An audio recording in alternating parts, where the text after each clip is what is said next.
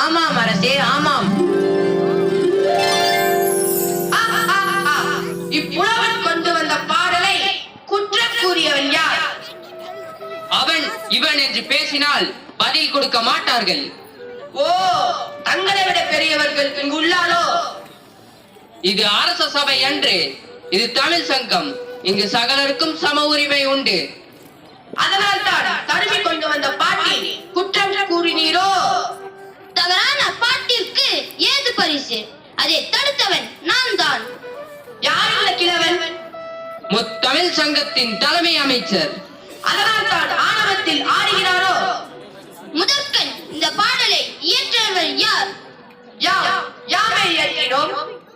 கொடுத்த காரணம் என்ன? அது நடந்து முடிந்த கதை. புலவர்களே, சாந்தமாக பேசுங்கள். இது சண்டையாகிவிடக் கூடாது. சண்டையும் சச்சரவும் புலவர்களின் சொத்து. அதை தடுக்க எவராலும் முடியாது. பொறுத்து பாரு. நக்கீரரே, எமது பாட்டில் எந்த குறை கண்டீர்? பொருளில் தான் குற்றம் இருக்கிறது. எங்கே நீ எழுதிய செயலை கூறும்.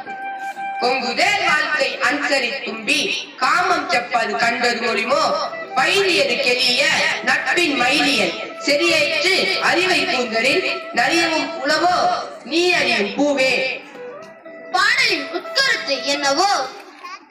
மலர்கள் இடத்திலே உள்ள மகரந்தத்தை ஆராய்ந்து தும்பினத்தை சார்ந்த வண்டு நீ கண்ட மலர்களில் மங்கையின் கூந்தலை விட நறுமண மலர்கள் உண்டோ என போல எழுதியிருக்கிறேன்.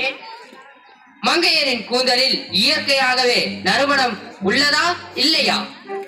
மங்கையருக்கு இயற்கையிலேயே கூந்தலில் நறுமணம் உண்டு. இதுதான் என் தீர்ப்பு. இல்லவே இல்லை.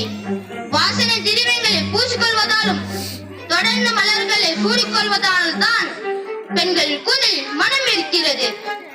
உண்மையாக உண்மையாக நிச்சயமாக நிச்சயமாக உமது தமிழ் மீது ஆணையாக என் தமிழ் புலமை மீது ஆணையாக. நக்கீரா, என்னை நன்றாக பார். நீரே முக்கண் முதல்வராகி நெற்றிலோ கண் காட்டினாலும் உடலெல்லாம் கண்ணாகி சுற்றினாலும் குற்றம் குற்றமே. நெற்றிக்கண் திருப்பிலும் குற்றம் குற்றமே. அங்கம் புழுதிப்பட அருவாரின் நெய் பூசி வங்கம் வரவளர்ந்து கால் பரப்பின் கீர் கீர நற்கும் கீரனோ என் கவியின் பாலில் பழுது என்பவன். சங்கம் அறுப்பது எங்கள் குலம்.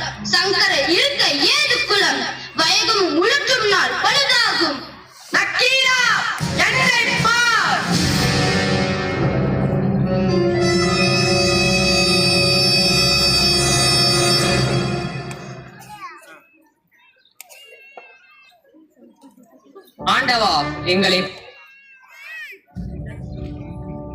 ஆண்டவா, எங்களை பொறுத்து அருள வேண்டும். எங்கள் தலைமையான அமைச்சரை எங்களுக்கு தர வேண்டும்.